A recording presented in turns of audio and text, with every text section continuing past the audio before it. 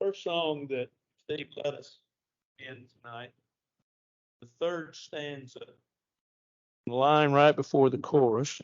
This is your research question for the week. Refers to the apple of the eye. Do you know what that's talking about? That's your research question. I do. Because I've looked it up before. That's the only reason I know. But anyway, something to study on and think about for a little bit. See how it's used in the Bible as well.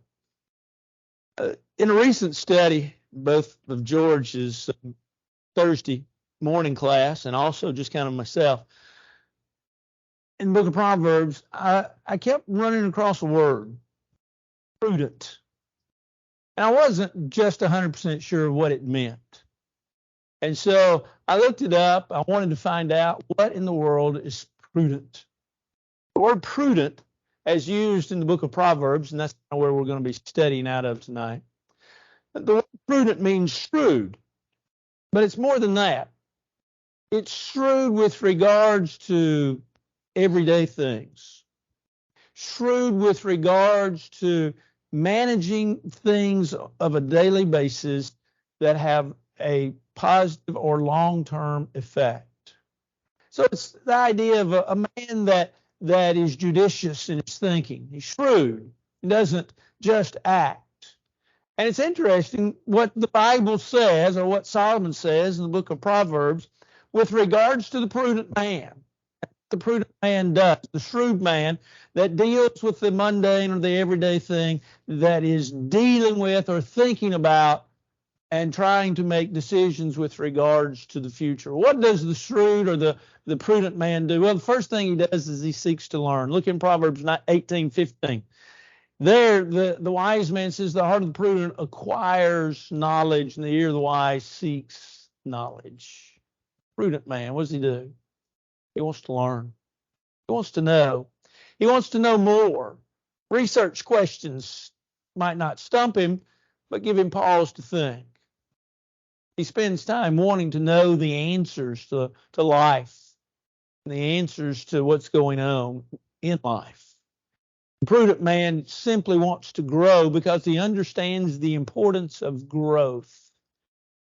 As long as we're growing, we're doing well. When we stop growing, what happens? We die, right? We know we can take a tree out there, and as long as it's alive, as long as it's getting the nutrients that it needs, it's growing. It's growing new wood, it's growing new growth, it's growing new leaves every year, and it continues to grow. We cut it down. We cut it maybe into planks or boards or even posts. And if we cut it especially into posts and we put it in the ground even more quickly so than say boards, but what happens? It begins to rot. Why? Because it's cut off from its life source. Knowledge is the life source for us. Knowledge is power. When I was working for 11 months in downtown, before I came here, my supervisor, Neil would often say, knowledge is power. Learn everything you can learn about this factory or this plant. Learn everything you can learn about your job. And I found that with regards to that job, he was right. And as long as they left me in a specific area, and I conned him into doing that, that wasn't something that they tried to do. They tried to move you around so you'd learn everything. But I conned him into kind of leaving me in one spot. I learned everything. I knew how to operate that machine backwards and forwards. Actually, all of them that I had to run about 6 at the same time. Understood the idea that knowledge is power, because then everybody came to me to want to find out how to do such and such. Once I told them, within a matter of a second or two, they caught on and they were able to do it. But knowledge is not only power, but knowledge is really what we need to get through life. In a spiritual sense, we understand that. Peter said, grow in grace and knowledge of our Lord and Savior Jesus Christ, 2 Peter chapter 3, verse 18. The prudent man, though, seeks to find out more. Not just on the spiritual level now. He seeks to learn. Notice what it says. He acquires knowledge. Solomon says. He doesn't say what kind of knowledge. In other words, not just biblical knowledge, physical knowledge. Knowledge that you can gain by reading, knowledge that you can gain by studying, knowledge that you can gain by learning. We learn different ways, don't we? First of all, some folks learn by simply being told something. You can tell something to someone. Teachers can stand up and talk, and that student that is an auditory learner can learn just simply by what the teacher says. Then some students are visual learners. I'm somewhat this way, that I have to see it. And once I see it, I understand it. And sometimes if you just give me an example and show me, then I'm better off with it than if I necessarily am told it. Then there's the kinesthetic learner. I believe that's how you pronounce it. Is that right, Suzanne? Shake your head. This is yes, this is no. Yes. Okay, thank you. The kinesthetic learner is one that learns through touch, tactile, learns through doing things. And then you have the individual that learns through reading and writing.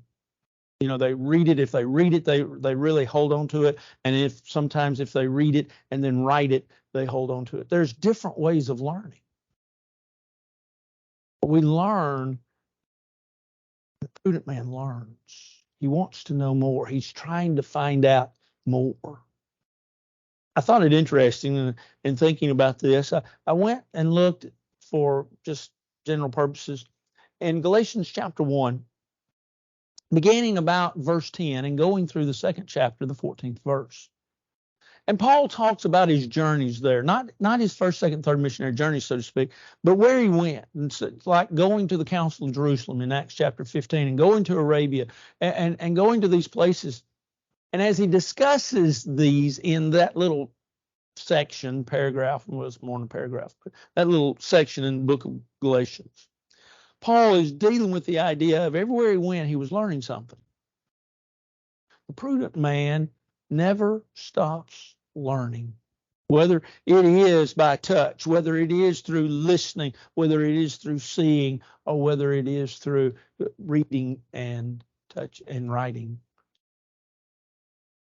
The prudent man seeks to find answers. But secondly, the prudent man understands or seeks to understand.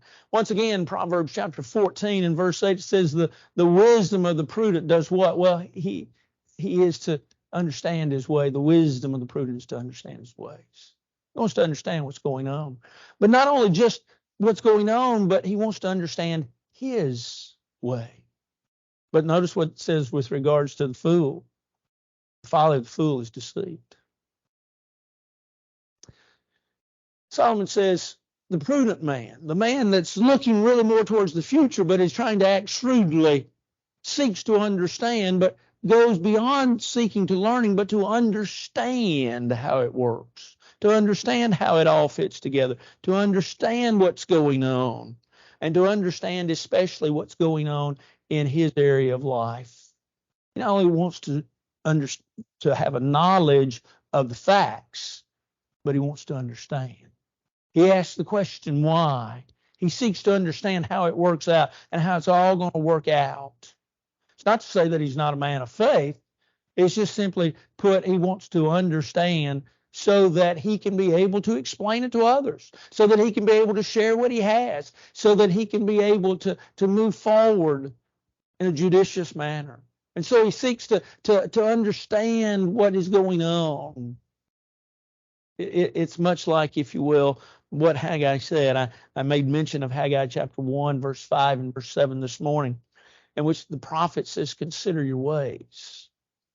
He considers his ways. So in other words, he doesn't just act, as we'll see in just a few minutes. He doesn't just go about acting and go about doing and living, but he is seeking and understanding.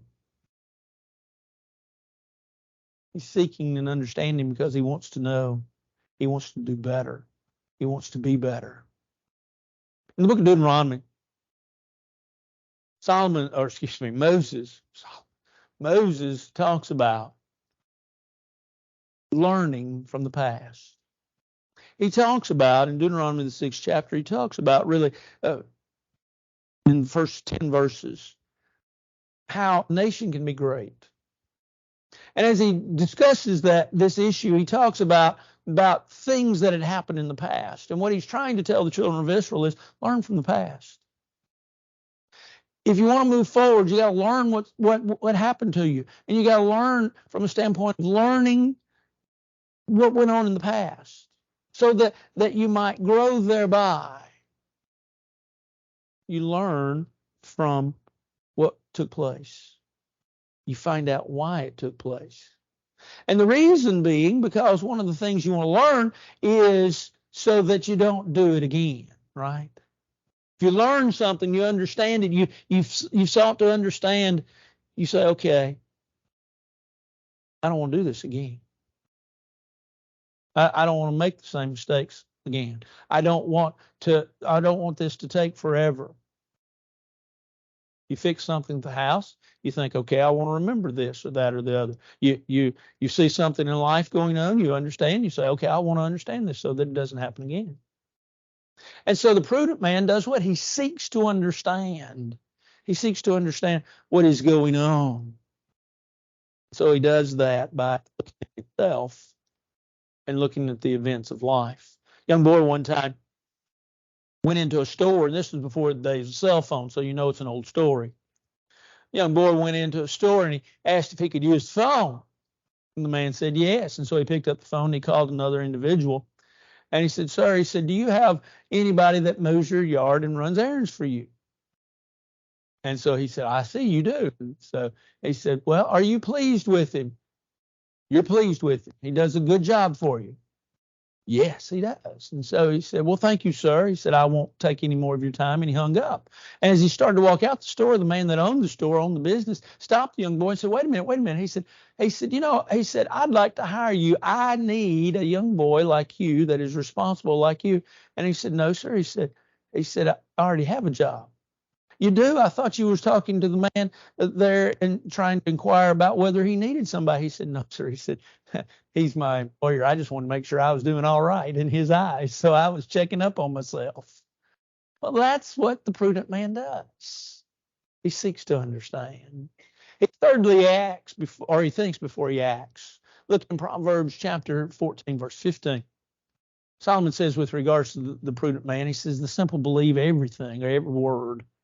We would say it this way: the simple believe everything. You tell them something, they believe it. You show them something, they believe it. It doesn't matter. It could be fake. It could not. It doesn't necessarily have to be real. They just believe. But notice what he says: the prudent consider well his steps. He thinks before he acts.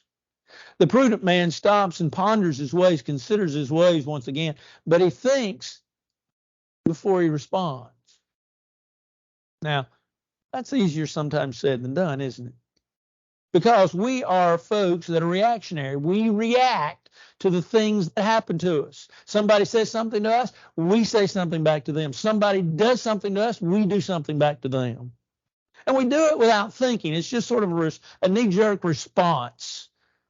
What's going on? Not the prudent man. Not the shrewd man, not the man that's thinking about the future, not the man that's thinking about the day-to-day activities of life and how to better improve them. That prudent man does what? He thinks before he acts. He considers his ways, but not only does he consider his ways, but he considers what's going on. For it's the heart of the righteous that seek wisdom. It's the individual that looks both ways.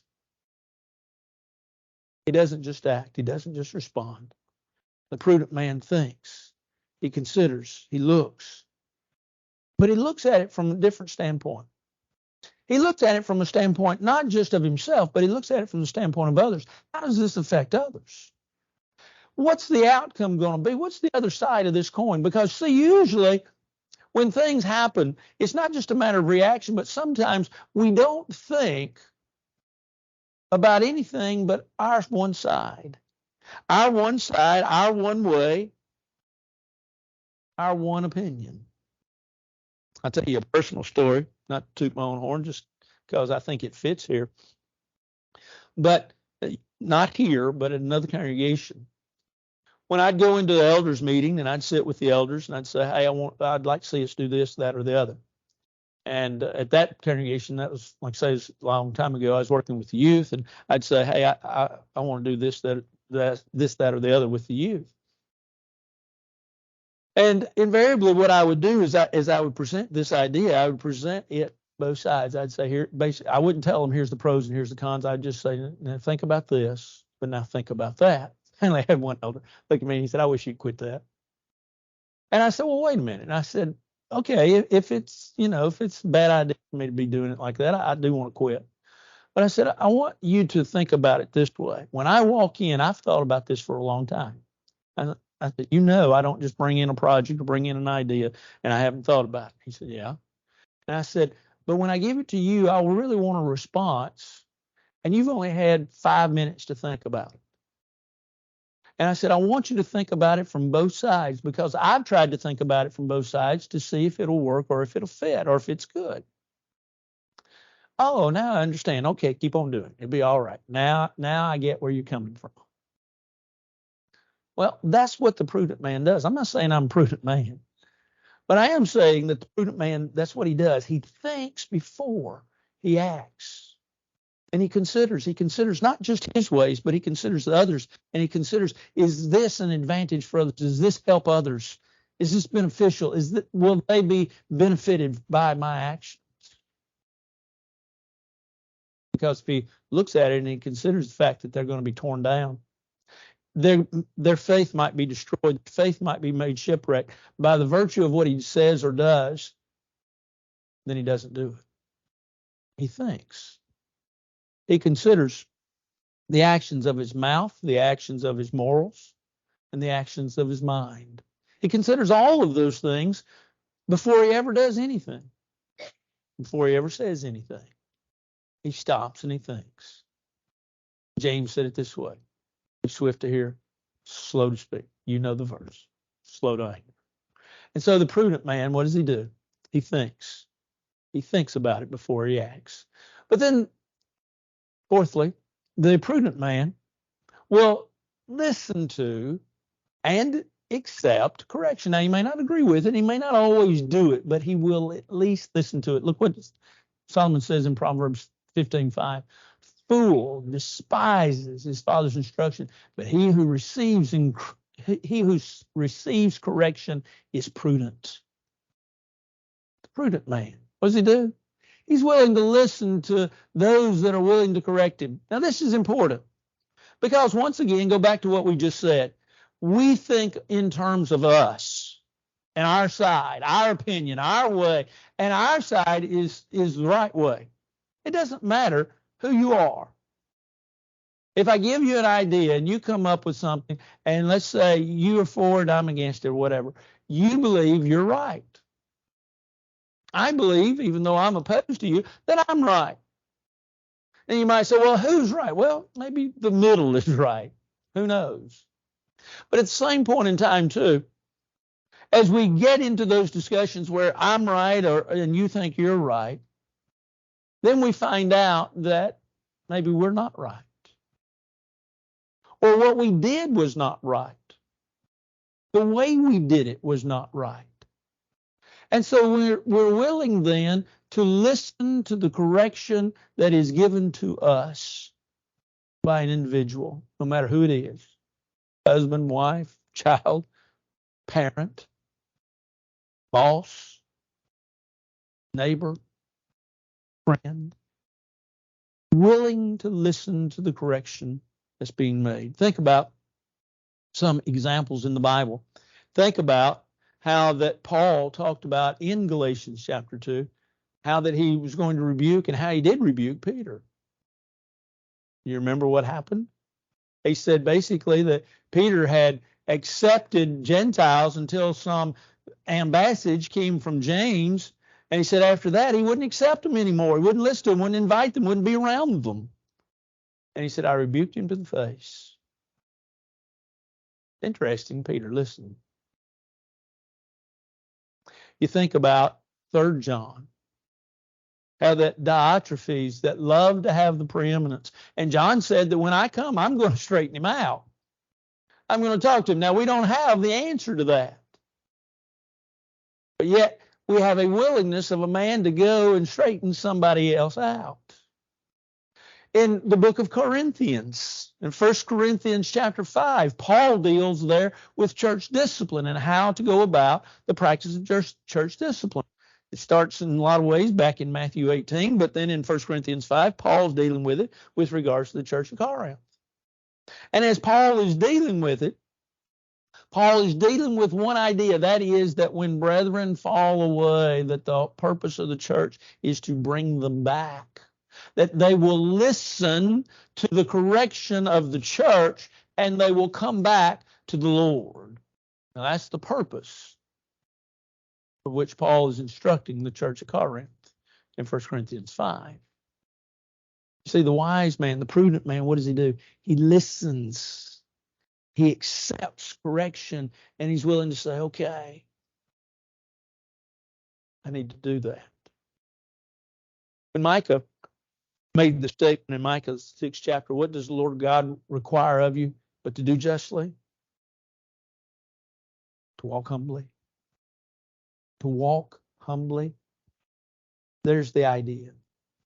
Listen. You see, you may not know it all. You think you're right, you may not be right. You think you have the answers, you may not. The prudent man, what does he do? He's willing to listen, and he's willing to accept, to listen to the correction that's made. Now go back and look at what Solomon said. Look at what he said in Proverbs 13, verse 18. Poverty and shame will come to him who disdains correction, but he who regards rebuke will be honored. See what he says in the first part? Poverty and shame come to the fool that doesn't listen. And so the prudent man, what does he do? He listens and he follows and he says, okay. It's kind of interesting because Solomon, the book of Proverbs, often talks about listening. He begins the very book itself. My son, hear the instructions of the father, forsake not the law of your mother. And he repeats that several times there in the first four and a half chapters, but 4 chapters, you might say. First 4 chapters, he repeats that idea 2 or 3 times. My son, listen, listen, listen to what's being said. But we're often rebellious type. And we're often folks that are prone to think everybody else is wrong but us. And you must listen and do what I say do. Stories told of a little boy. His mother was a stay-home mom, and she loved her little boy. But it was one of those days where she was wound up tighter than a rubber band. And he was going to make sure that he tried to see how many pushes he could make to make that rubber band pop. Till finally he did. And so she took a chair and put it in the corner of the house and put him in the chair. No, I'm not sitting there. She said, yes, you're going to sit here. He said, no, I'm not sitting there. Yes, you're going to sit here. No, I'm not sitting there. Yes, you're going to sit here. And so she sat him down several times until finally she sat him down. And she walked off. And he turned around and he said, I may be sitting on the outside, but I'm standing up on the inside. There's a lot of folks like that. We need to learn to listen, to hear, and to accept correction from others. But the prudent man also sees and shuns evil. Look in Proverbs chapter 22:3 and chapter 27:12 says the same thing. The prudent man foresees evil and hides himself. But what does the simple do? They pass on it and they're punished. He sees evil. The prudent man sees evil and he stays away from it. He sees evil. He understands that it is evil. And then he, simply put, he abstains from that evil. Now, think about that process. He understands what is evil. Well, how does he do that? Goes back to the very first point. He learns. And the second point, he gathers understanding. If he learns, He learns what is evil. He learns what is wrong. He learns what to do and what not to do. It's simple, right?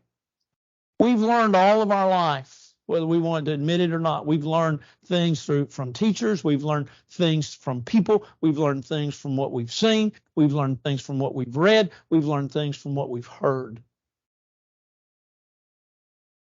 We've learned that how to strike a match.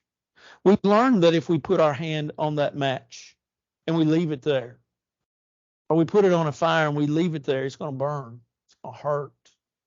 And it's going to hurt tremendously. We've learned that.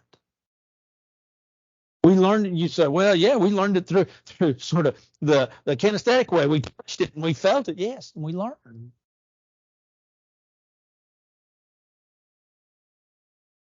The prudent man learns what's evil. He understands it then. Remember, that's our second point. He understands it because he has done, if you will, he has done his time. He has looked at it. He has analyzed it. He has spent time with it. He understands how it works. And so then he does what? This verse. He stays away from it. He shuns it. He doesn't want to have anything to do with it. Because why? Because he knows it. He realizes it. And he says, no, I don't want any part of it. I don't want to do this. And so he stays away from it. See, he has to be told. Deuteronomy, the 8th chapter, verse 1, is really a good verse. And as I've thought about it here in the last couple of weeks, we probably should have started our study of the book of Joshua by looking at Deuteronomy 8, verse 1. In Deuteronomy 8, verse 1, Moses calls upon the children of Israel, or really through God, or God calling upon the children of Israel through Moses. And that is to remember the law and to do everything that I have commanded you. And there the promise to the children of Israel is, if you listen and you do everything that I've commanded you, then I'll give you a land. There's the promise. I'll give you a land. Why? Because you've listened, you've learned, and you've done everything that I told you to do. Prudent man listens and learns and does everything he's told to do by abstaining from evil.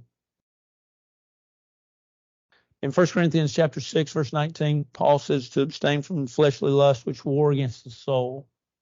He also said in 1 Thessalonians chapter 5 to abstain from evil. Stay away from it. Don't want any part of it. Don't want to get close to it. There's a young boy one time that would go to an old swimming hole. And his father got concerned because of the number of people, the things that he had heard, and also he knew that it was just a dangerous place really to go swimming. And so he told his son, he said, I don't want you to go to that swimming hole anymore. And he said, I understand, Dad. And the father explained why he didn't want him to go. And he said, he says, there's several people there, but it's just a dangerous place. There's some things that are there in the undertow and all that you just need to stay away from. So I want you to stay away from it. Yes, Dad, I understand. A couple of days later, he'd come home from work just a little early one day, and when he did, his son walked up and he was wet. Son, where you been? I've been to the swimming hole. Well, why'd you go there? Well, it's hot, Dad. I had some friends going, but it was hot, and I know you told me to stay away from it, and I was going to stay away from it, but I had a couple of friends going, and I just decided to go. And the father said, I don't believe that story is exactly correct. And the young boy said, well, why is that, Dad? And he said, because if you weren't planning to go, why did you carry your swimming trunks that you have on? Why did you take them to school? Prudent man's not like that. He hears the instruction. He's willing to take correction. And then he's willing to shun the evil that is present. See how it all fits together? Solomon, in his great wisdom, teaches us, here's the prudent man. Here's what he does. Here's how he lives his life. He looks really towards the future with an eye and an understanding of how life works today. And as he understands how life works today, he lives his life to the very best that he can live, doing as God would have him to do. So that in the end, what? Well done, good and faithful servant. Are you a prudent individual? Are you looking towards the future? Do you need to respond to the Lord's invitation by becoming a child of God or asking for the prayers of the church? Whatever the case may be, if you need to respond, I want you to do so. On together we stand and sing.